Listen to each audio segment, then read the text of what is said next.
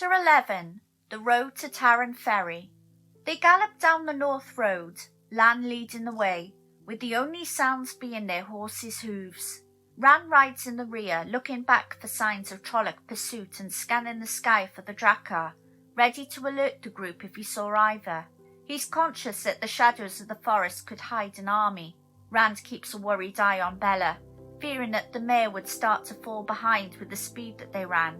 He decides if Bella flags, then he will slow too, refusing to leave Egwene to face what may ever be chasing them. He urges Bella to run, with his heart in desperation behind the fort. Run, he thinks again. Run! His skin begins to prickle and his bones feel frozen as if ready to split. Still he keeps urging Bella on. Run! Abruptly Lan slows, then brings their column to a halt. Up ahead of them they see the lights of houses and Rand gasps, realizing they've already reached Watch Hill. He didn't think anyone had ever made the journey as fast as they did. They all dismount as Lan scouts the area, and the wind brings them the sounds of singing and smells of cooking. They were still celebrating Beltane, having seen no sign of Trollocs.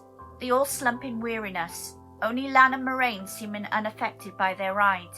The youths and Tom discuss joining in with the festivities and resting at the White Boar Inn.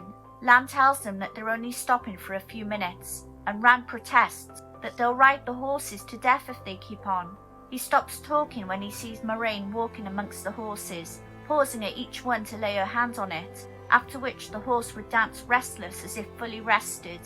Rand says he didn't know she could do that. Lan replies, "You of all people should have suspected. You watched what she did with your father. She will wash the fatigue from all of you once she's done with the horses. I don't need it, and she cannot use it on herself. Only one of us will ride tired, and you better hope she doesn't tire too much before we reach Tar Valon." Moraine walks over and tells Rand, "You were right about your Bella. She's as strong and stubborn as Two Rivers folk. Strange as it is, she needed my help the least." A scream rips through the darkness and wings swoop over the party, so low Rand could feel the touch like slime and sending the horses into a total panic. Cloud squeals and twists desperately, almost ripping the reins from Rand's hands. The rest of the group are in just as much chaos, apart from Moraine and Lan's horses who are reined in easily. The sounds of festivity in Watch Hill cut off, the villagers having also heard the Drakkar's screams. After a few minutes a fiddle begins to play, until the celebration was in full swing again. Lan shouts for them all to mount up, leaping to his own stallion, and tells them, "The Drakkar would not have revealed itself unless it had already reported our location to the Fade." Another shriek drifts down from far above, and the sound of music cuts off abruptly again. Lan tells them, "It tracks us now, marking us for the Half-Man.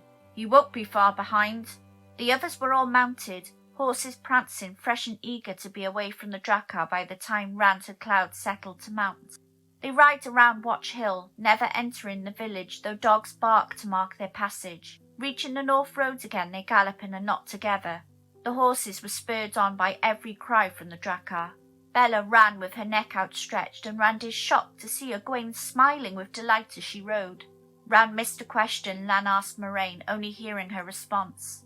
"I cannot from the back of a galloping horse. They are not easily killed, even when they can be seen. We must run and hope." A light fog starts to form around the horses' hooves, then begins to envelop the riders, and the Drakkar screams in rage above. Lan calls out to Moraine that there is still only one place they could be going. She replies, "Myrddraal are sly. I will use its own slyness against it." On they rode, the fog so thick now Rand can barely see Cloud's legs. He comes to realize that the fog is Moraine's doing, and the thought of being surrounded by the result of the One Power has him holding his breath. The Drakkar's cries fade away into the night, and Rand thought they must have been riding for hours. The damp chill of the fog had soaked through his clothes, leaving him freezing. Suddenly Lan calls for them to slow and halt. They can see houses looming around them in the fog, dark in the early morning hour. They'd reached Taren Ferry. The folk of Taren Ferry had a reputation for slyness and trickery. People said if you shook hands with one, you counted your fingers afterward. Lan dismounts, then bangs on the door of one house, making Matt mutter that he thought Lan wanted quiet. The warder kept pounding on the door until it was flung open by a man in a nightshirt, and he was clearly angry at the disruption. asking what this was all about. Lan addresses him as Master Hightower, telling him they require passage on the ferry immediately. The man tells them that the ferry never travels at night and certainly will not in fog.